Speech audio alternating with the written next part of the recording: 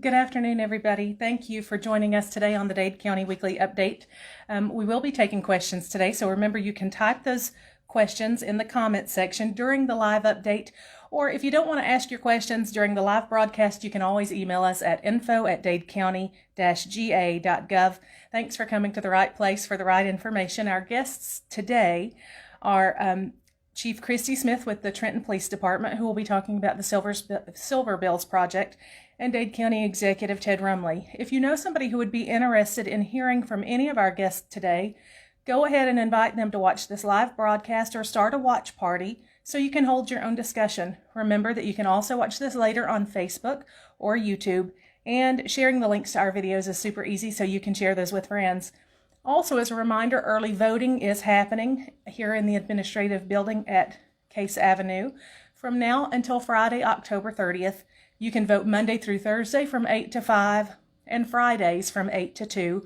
Also, please remember this: no campaigning 100 feet from the polling place. This includes no clothing with the name or logo of any candidate, and that also includes face masks. So please be mindful of that. We want you to vote. We want you to vote for the candidate of your choice. Just be careful about your attire. Also, right before we came on, Stephen Bontko, who is our NRCS director, wanted us to pass along the info that there's an EQUIP program that funds many of the agricultural enhancements for landowners. They have announced an application cutoff. Folks need to have the application submitted by November the 20th at the latest. There are blank applications that you can pick up here at the administrative office, or you can print them online. We're going to add them to our website today, so you can find them there. If you need help filling those out or finding out what it's about, you can call Stephen Bontko at 423-421-2543. Again, Stephen Bontko's number is 423-421-2543. And that cutoff date, again, is November the 20th. So we will go ahead and get started with Chief Christy Smith.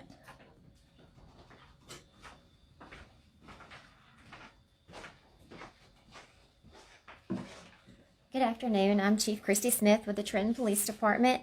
I wanted to come on today. There's been a couple questions about our Silver Bell program, and that is a program that we started about 3 years ago at the police department. It is to benefit the seniors, the elderly people in our community, not just the city, but also the county. To deliver Christmas items to them. We deliver the week before Christmas, and we take large bags of toiletries, blankets, socks, toboggans, sugar-free candies. Some of those things I brought a list with me today that we are in desperate need of is the scent-free lotions or lotion in general, sugar-free candies, chapstick, denture tablets, hand sanitizer, which I know is going to be in high demand. It's not going to be easy to find, but we would appreciate any that you might find. Christmas ornaments, soaps, body wash, shampoo, and conditioner. We have 70-ish Silver Bells. We have already had several calls, and a couple have been added. Unfortunately, we do lose a few throughout the year, so we stay and we range about 70 Silver Bells.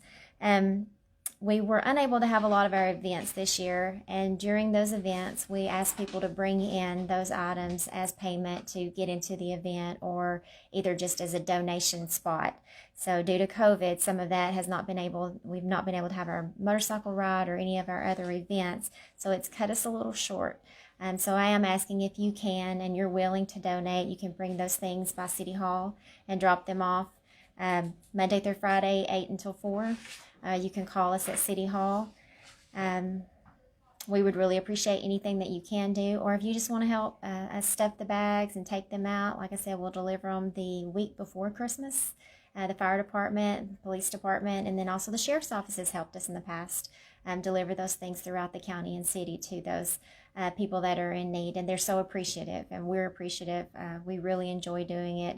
I think that anyone that might volunteer could really get a blessing out of it.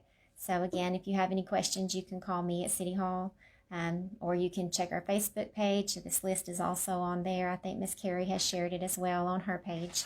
So if you have any questions, just let us know, and I thank you again.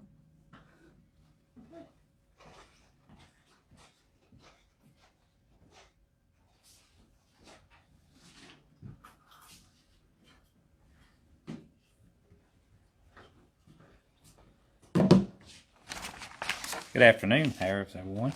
Hope you're having a great day. It's a beautiful day out there, and it's been a really nice week, nice weekend. I got a few announcements before we go into our COVID report. I'll give you an update as I did this morning on the Evans show there about the Lookout Lake Dam. We're finishing that up. We had our final walkthrough yesterday with the engineers. They were very pleased that we had just a few minor things on the punch list. We'll be taking care of that actually today and tomorrow, and then hopefully next week we'll be putting the road back in if the weather stays as it is and it dries that out there. We'll be able to go ahead and finish that road, pave it, and get it back open. They are paving in the north end of the county. We had to pull our crews off there when we got Billy and them up there, and we're doing our LeMig paving as we have talked about over the past the first of the summer. Usually we would have finished that, but anyway, they're on Sligo Road right now. They have a part of that road that we're doing.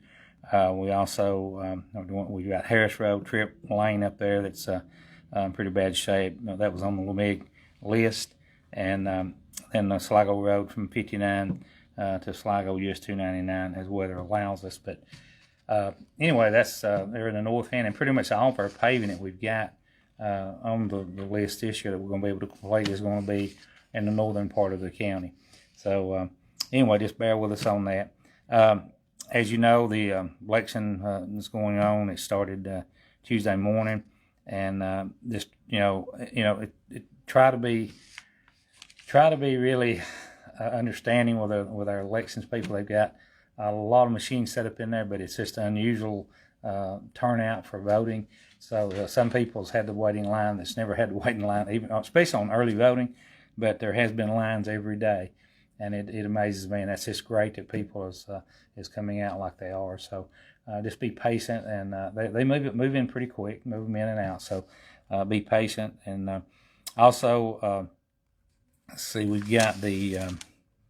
I want to remind you about the Halloween on the Square. Been a lot of calls about that over the last week or two, and that is going to happen, but it's not going to be on the square. It's actually they've moved it over to the you can contact Marcia and Sharp, but it's over at the high school campus in the parking lot over there. It's going to be Saturday, October the 24th, and it'll be from 4:30 to 6:30. And it'll be a lot different this year. You'll stay in your cars, and it'll be similar to like a trunk or treat to have a lot of churches and all, but it'll be really good for the kids and all. So just be a little different, but it'll be a lot of fun. So try to turn out for that, and of course we'll be practicing COVID-19 rules and regulations, trying to the best that we can be wearing masks and all that. So it'll be a good evening though for the kids and for the grown-ups too. Our tag office, we mentioned this because people have not gotten used to this yet. They have opened the express one to back up if you feel that you don't want to come inside or for whatever reason. Monday through Wednesday, 2 to 5, and Thursdays, 2 to 5:45. So if you have if you don't really feel safe coming in the building, although we do keep our building, we do keep it sanitized. We've got masks available, hand cleaner everywhere.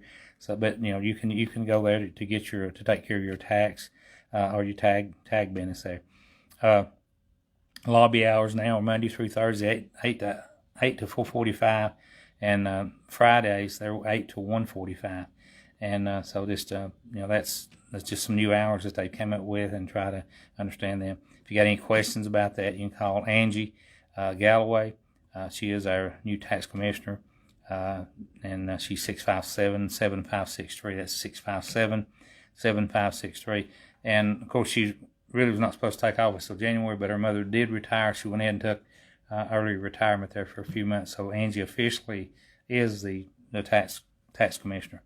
Let me see here. COVID testing. I want to mention that. Man, there's been a really big turnout for that. We've got they have it one day a week here, which is on Wednesdays, but they've really been a lot of people there. That's first time I've seen lines in a while in that, but they've really, and they're again, it's real quick. They've got you don't have to get out of your car or whatever. You come through, fill out a form, and they're swabbed, and then you can move right on. So if you really feel like you need to be tested, come through the line. And also they also are having the same thing in Catoosa, Walker, and in Chattooga counties. I do have this right here, and I'm not sure. Carey will brief you on this on our website as we know more about it. As most of you know the other day when we had the traffic jam here in the county. Was that yesterday or the day before? Yesterday. There was some food boxes given away, over 1,000 food boxes here in Trenton, and it created quite a bit of a traffic jam. Supposedly now, she can find out more about this, but Tuesday the 20th there's supposed to be more boxes coming in. We're not sure how many, but anyway, we're trying to talk to Alex, and he's going to talk to whoever's in charge of that to try to maybe move it down to the sports complex down out of Trenton, just out, and where we got a lot more room, and you'll be off the road. It'll be a lot safer. Not sure will that they'll agree to do that. I don't know, but they'll inform you that. But from what I understand, next week there will be another shipment of that food coming in. So I'm sure that'll be well publicized. I know Carey will, and I guess Evan will. Evan will also. The city will put it out as well. Yeah. The city will put it out, and we'll share their code. Okay, that's great. That's great. Also, driver services will be here next Monday. Okay, all right. And the driver's license people will be here next Monday. That's there again. They prefer you to have an appointment. There's a number on the line there that you can call to make that appointment. If you do not and come in, as I've said before, they will work you in. You may have to sit there for a while, but they will not turn you away. If you show up. But it's just a lot quicker on you, and helps them out if you go ahead and fill a little bit of information out before you get here. Anything else, Carey, that I maybe left down here? Dislocated grant worker Paula Stallings is still here in the office daily. If your life or if you've been affected by the COVID-19 through work, your job or whatever, come in and talk to Paula. There may be something there that she can help you with as far as 3 to 4 months of employment. So she's here every day. At that number you can call for her, which is here at the office, is 657-4625. I'll move on into the COVID report. Make sure here I got this right. Okay, in Dade County, we were at 286 last week, and we have increased to 310 people, 310 cases. There's been 22 in the last 2 weeks that's tested positive here in Dade County. Overall, we've had 5 deaths, and we've had 21 people that were hospitalized by the COVID. Walker County, they went from 1,651 last week, and they're 1,702 as we speak today. They've actually had 120 positive cases in the last 14 days. Catoosa County, they went from 1,255 to 1,304. They've had 98 in the last 2 weeks. Chattooga County, they went from 822 to 851. They've had 63 in the last 14 days. Whitfield County, they went from 4,770 to 4,942. Now, they've had 306 people test positive in the last 14 days. Of course, it's a lot larger county, much larger. Gordon County, they went from 1,935 to 2,042. They've had 163 in the last 14 days test positive. Ford County, there again, it's a lot larger county. They went from 3,357 to 3,500. They've had 251 positive cases in the last 14 days. There's still 2,014 unknown counties, unknown addresses that's been matched to counties. And so far in Georgia, we've had 7,470 deaths. That's up from 7,259 a week ago. Move down to Tennessee. Now we go to Hampton County, which is one of our neighbors here. Last week they were at 10,166, and now they're at 10,730. And they've had 757 active cases in the last 14 days. They've also had 9,873 recoveries out of that 10,730. So that's a good thing. Sad thing is they've had 100 deaths since this thing started. Marion County, 599 last week. They're at 640 today. They have 63 active cases as we speak. They've had 568 recovered, and they've had 9 deaths. Grundy County, they've had 405 of last week. They've got 467 today. They have 89 active cases with 370 recoveries, and they've had 8 deceased. Sequatchie County, it went from 261 last week. They're at 289. They have 35 active cases today as we speak. 251 have recovered out of that 289, and they have 3 deceased. Midge County, they went from 245 to 265. They have 30 active as we speak today, and they've had 231 recoveries with 4 deaths. Bradley County, it went from 3,139 to 3,279. They have 228 active cases today as we speak. They've had 3,031 recoveries out of that 3,279, which is good. And but they've had 20 deaths. Hospitalized total in Tennessee, they've had 1,101. That's 25 hospitalizations since yesterday. Moved to Alabama, down in Jackson County. Last week they had 1,745, and this week they're at 1,901. They've had 11 deaths, and they've actually had 286 positive cases in the last 14 days in Jackson. Of course, Jackson's a big county. That's a lot of population. DeKalb County, they went from 2,709.